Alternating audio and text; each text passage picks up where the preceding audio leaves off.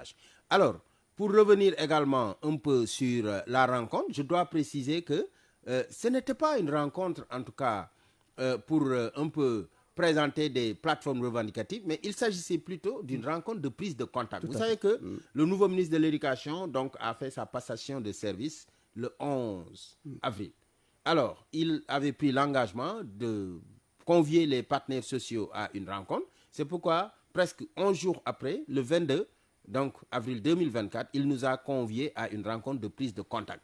Alors, lors de cette rencontre, nous avons un peu fait le round-up de toute la situation scolaire nationale, mais nous sommes revenus aussi surtout sur les questions que nous considérons comme étant des questions structurelles. Vos attentes. Voilà, les questions structurelles que j'ai citées tantôt, portant sur une nouvelle orientation de l'école, la refondation de l'école.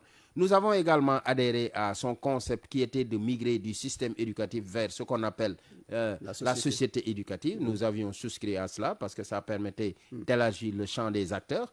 Nous avons également rappelé qu'aujourd'hui, il est temps qu'on puisse revenir très rapidement et de façon concrète sur beaucoup d'éléments portant sur l'orientation des politiques éducatives. Alors, au-delà maintenant de ces questions structurelles, mais on a abordé les questions conjoncturelles.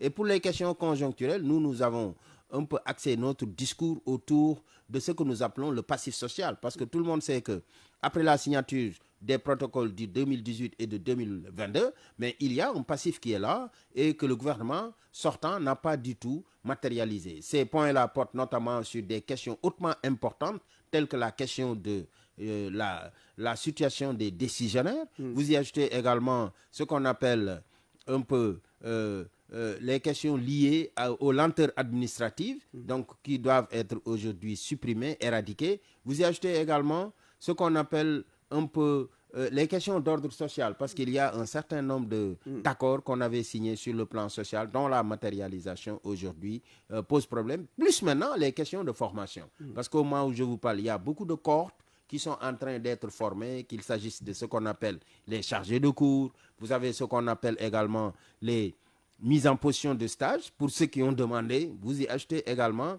ce qu'on appelle les PC ayant capitalisé plusieurs années d'expérience, qui, après 10-15 ans, mais ne parvenaient pas à trouver une formation. Il y a une cohorte parmi eux mais qui est en